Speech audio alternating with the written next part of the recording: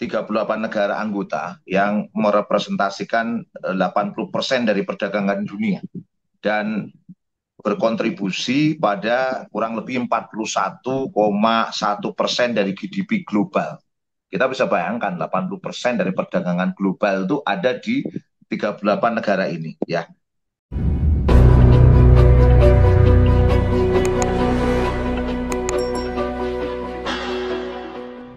Assalamualaikum, Ya. Bung Agung.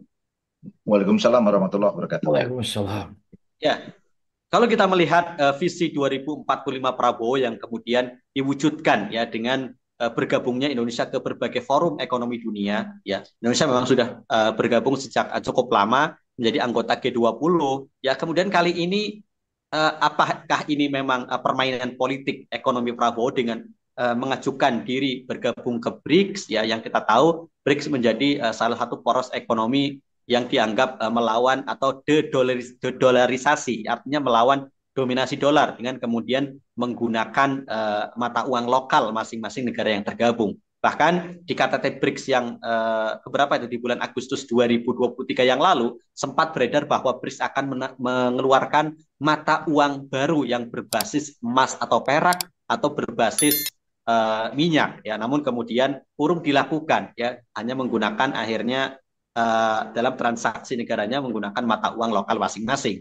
Ya, apakah dari langkah Prabowo Subianto ini memang ingin mengambil ya keuntungan yang sebesar-besarnya dengan mungkin bergabung ke BRICS ya, kemudian OECD, atau seperti apa? Di satu sisi juga Indonesia sudah bergabung di G20 dan lain sebagainya. Apakah ini memang sebagai batu loncatan untuk kemudian mewujudkan visi emas, visi Indonesia Emas 2045 ya. Dan jika kemudian Indonesia bergabung ke OECD, maka menjadi satu-satunya negara di Asia Tenggara yang bergabung ke OECD. Ya, Singapura yang pendapatan per kapitanya luar biasa ternyata belum bergabung ya. Ini ada apa ini? Silakan perspektifnya Bung Agung Wisnuwardana. Oke, terima kasih Bung Udin ya terkait dengan masalah ini. Sebenarnya ini kepikiran saya di konteks OECD ini sebenarnya atau organisasi dari negara-negara maju ya.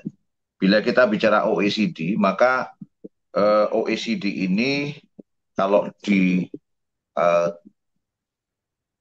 dari keanggotaannya itu ada 38 negara anggota yang merepresentasikan 80% dari perdagangan dunia dan berkontribusi pada kurang lebih 41,1% dari GDP global.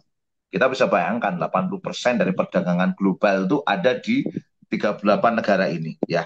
Komposisinya 33 negara, 87% itu negara maju, developed countries, terus kemudian 5 negara, 13% itu mewakili kelompok negara berkembang atau developing countries. Nah, seiring dengan proses waktu sejak tahun 2007, OECD ini atau Organisasi untuk Kerjasama Ekonomi Pembangunan dalam bahasa Indonesianya, dalam bahasa Inggrisnya Organization for Economic Cooperation and Development, ini menetapkan 2017 ya, menetapkan 5 negara mitra kunci atau key partners, yaitu ini yang menarik, Brasil, India, kemudian Afrika Selatan, Cina, nah ini catatan khusus nih, menarik ya, Cina dan Indonesia. Artinya ada beberapa negara yang dalam konteks ini menjadi bagian dari BRICS dan menjadi bagian dari rencana OECD ke depan. Dan yang menarik adalah tawaran menjadi mitra strategis ini istilahnya calon menjadi anggota baru dari OECD. Jadi mitra atau partner kunci itu belum menjadi anggota, tapi ditawarkan untuk menjadi anggota dari OECD. Nah, setelah itu ternyata yang menarik ini yang nggak pernah dikeluarkan di publik karena kita tertutup oleh banyaknya dinamika aktor hari-hari ini. Presiden Jokowi telah mengeluarkan kepres atau keputusan presiden per 22 April 2024, belum lama berarti ya, 22 April 2024 tentang pembentukan tim nasional persiapan dan percepatan keanggotaan Indonesia dalam OECD. Jadi ada tim khusus yang mempersiapkan proses menuju anggota OECD secara tetap gitu. Dan kita ketahui bahwa pasca itu Pak Prabowo setelah memenangi Pilpres dan menjelang pelantikan presiden itu sangat tegas sekali mengucapkan bahwa kita harus menyegerakan bergabung menjadi anggota OECD. Dan begitu transformasi ekonomi Pak Prabowo keluar terkait dengan bagaimana langkah-langkah seorang presiden baru Prabowo untuk mencapai Indonesia Emas 2045 ini menurut saya monumental karena dalam beberapa tahun ke depan ditargetkan pertumbuhan ekonomi Indonesia 8%, kemudian capaian target apa namanya pajak 23%, dan yang menarik 8% itu untuk mencapai pertumbuhan ekonomi 8% tentu bukan perkara yang mudah. Ini membutuhkan pendekatan-pendekatan yang sangat apa namanya revolusioner. Salah satu yang dibuka oleh Menko Equin, terus kemudian juga wamen apa namanya wamen terkait dengan urusan ekonomi seperti apa namanya Mari Pangestu dalam sebuah podcastnya, terus kemudian dalam pembahasan Pak Prabowo di beberapa pembahasan-pembahasan resmi di podcast-podcast resmi media mainstream, termasuk dalam buku beliau Transformasi Prabowo Menuju Indonesia Emas 2045, itu sangat tegas digambarkan bahwa 8% itu membutuhkan investasi asing. Dan investasi asing itu akan dibuka seluas-luasnya dengan mempercepat hilirisasi Indonesia. Hilirisasi ya kita tahu yang kemarin sudah berproses nikel, nanti akan berkembang ke boksit, akan berkembang ke tembaga, akan berkembang ke yang lain-lainnya. Intinya akan diperluas, diperlebar hilirisasi itu, dan ini akan menampung investasi selebar-lebarnya dari asing. Nah, apa kaitan menjadi anggota OECD ya, menjadi anggota dari klub negara-negara maju ini dalam konteks investasi? Ketika Indonesia menjadi bagian dari klub negara maju OECD ini, diharapkan peluang Indonesia untuk menggait investasi yang besar itu sangat lebar. Dan ini diharapkan dengan menjadi anggota OECD nanti akan berbondong-bondong investasi dari 80% pemilik perdagangan dunia dan pemilik 41,8% dari GDP dunia itu mau masuk dalam investasi di Indonesia. Artinya kita perlu mencatat bahwa investasi asing selebar-lebarnya itu menjadi kunci besar untuk meraih target Pak Prabowo 8% pertumbuhan ekonomi dan menjadi landasan menuju pertumbuhan ekonomi yang diharapkan sampai Indonesia Emas tahun 2045. Ini catatannya. Dan yang menarik adalah begini, apa yang menjadi syarat akhirnya cukup menjadi tantangan buat Indonesia untuk menjadi bagian dari OECD. Paling nggak dua. Dan kita bisa buka di dalam situs resminya OECD. Itu digambarkan bahwa pertama Indonesia harus mendapat aksesi dari negara anggota.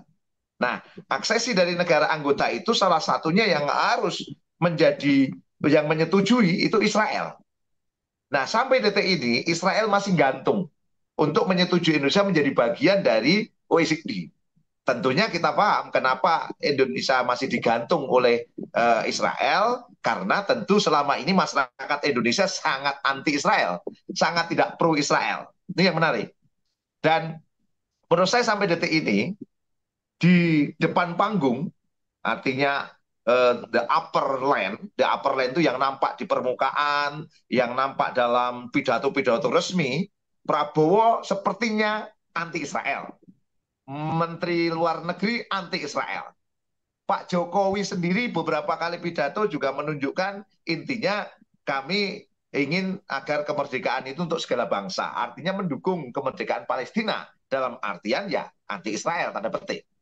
Tetapi menurut saya dalam perilakunya tidak menunjukkan itu. Contoh, bagaimana dulu ontran-ontran rame pada waktu Pak Jokowi ingin menjadi apa namanya tuan rumah dari perhelatan sepak bola U17 tahun, di mana salah satunya Israel yang menjadi peserta. Dan itu kan ramai di permukaan yang sampai akhirnya saya lihat menyebabkan saudara siapa namanya Ganjar Pranowo itu harus terlempar dari apa yang menjadi bidikan dari Pak Jokowi untuk menjadi presiden berikutnya dengan tanda-tanda mukanya keriput, rambutnya putih dan sebagainya.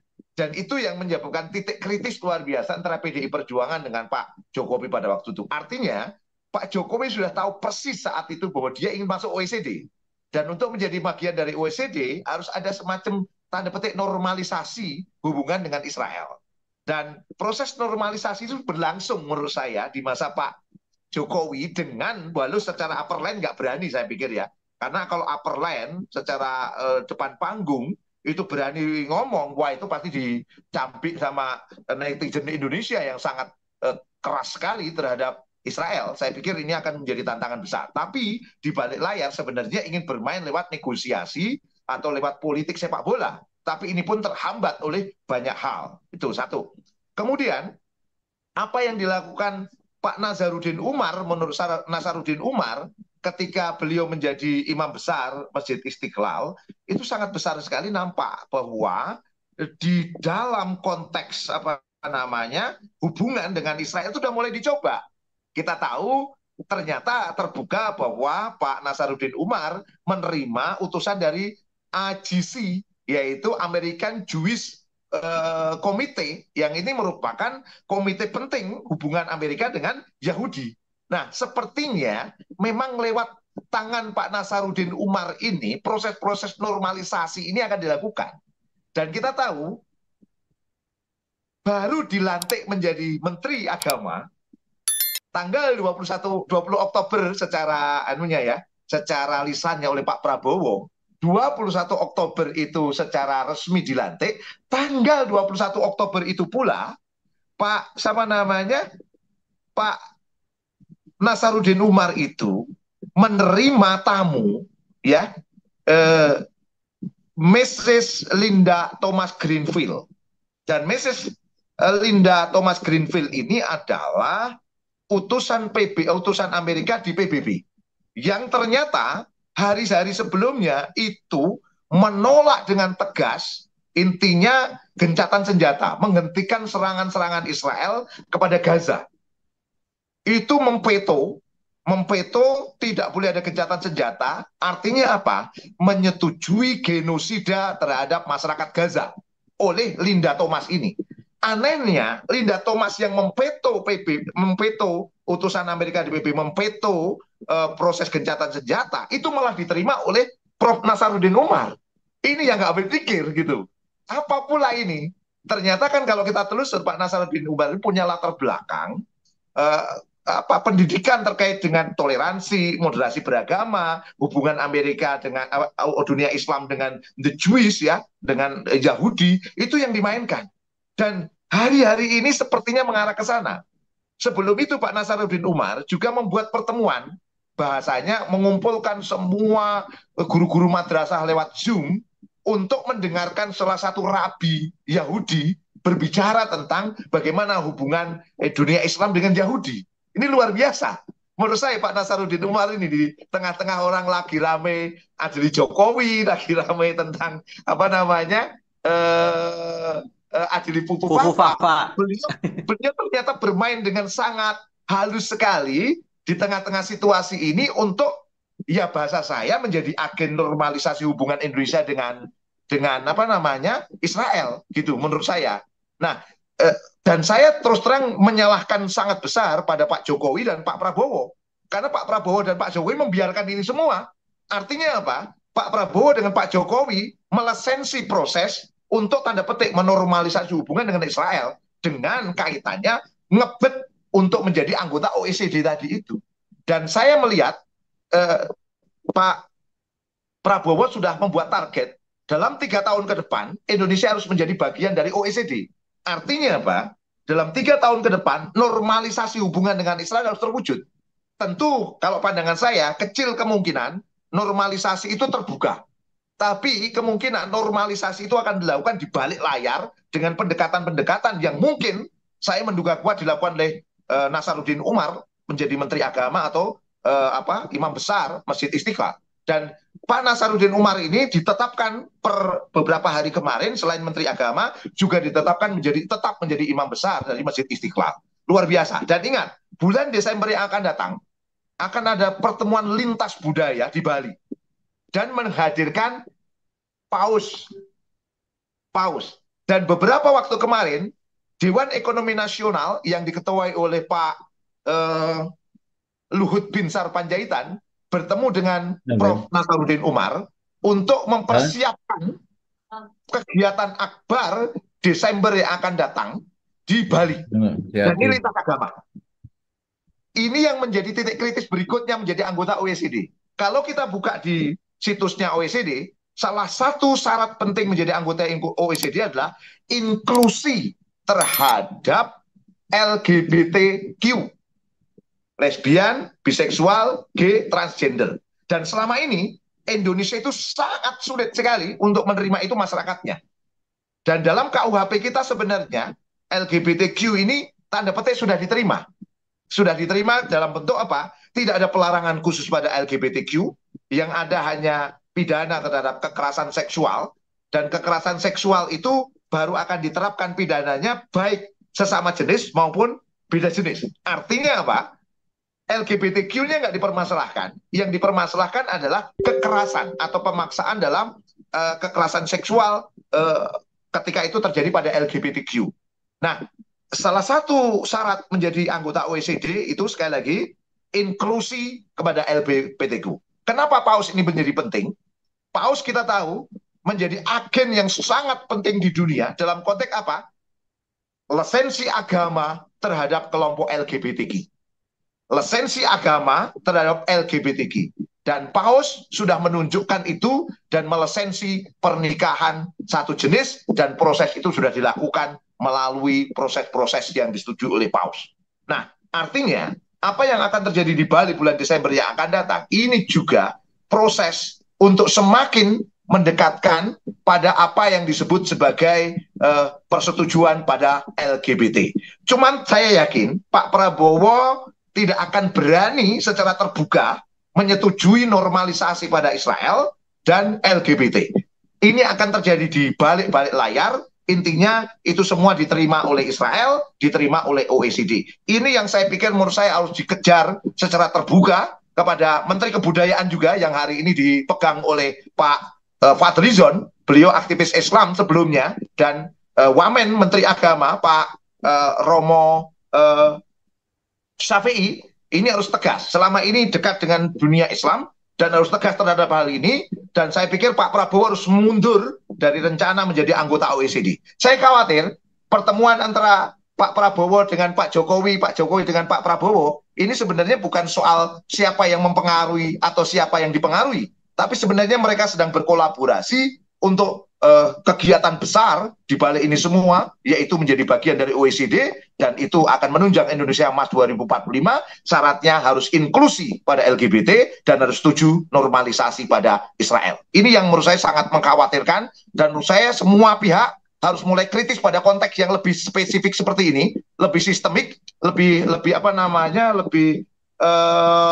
esensial daripada sekedar kita bicara Mulyono, Fufu Papa, ataupun bicara tentang Prabowo dan Jokowi. Ada esensi yang sangat jauh lebih besar untuk sistemik kita ke depan. Gitu, Bung Khairuddin.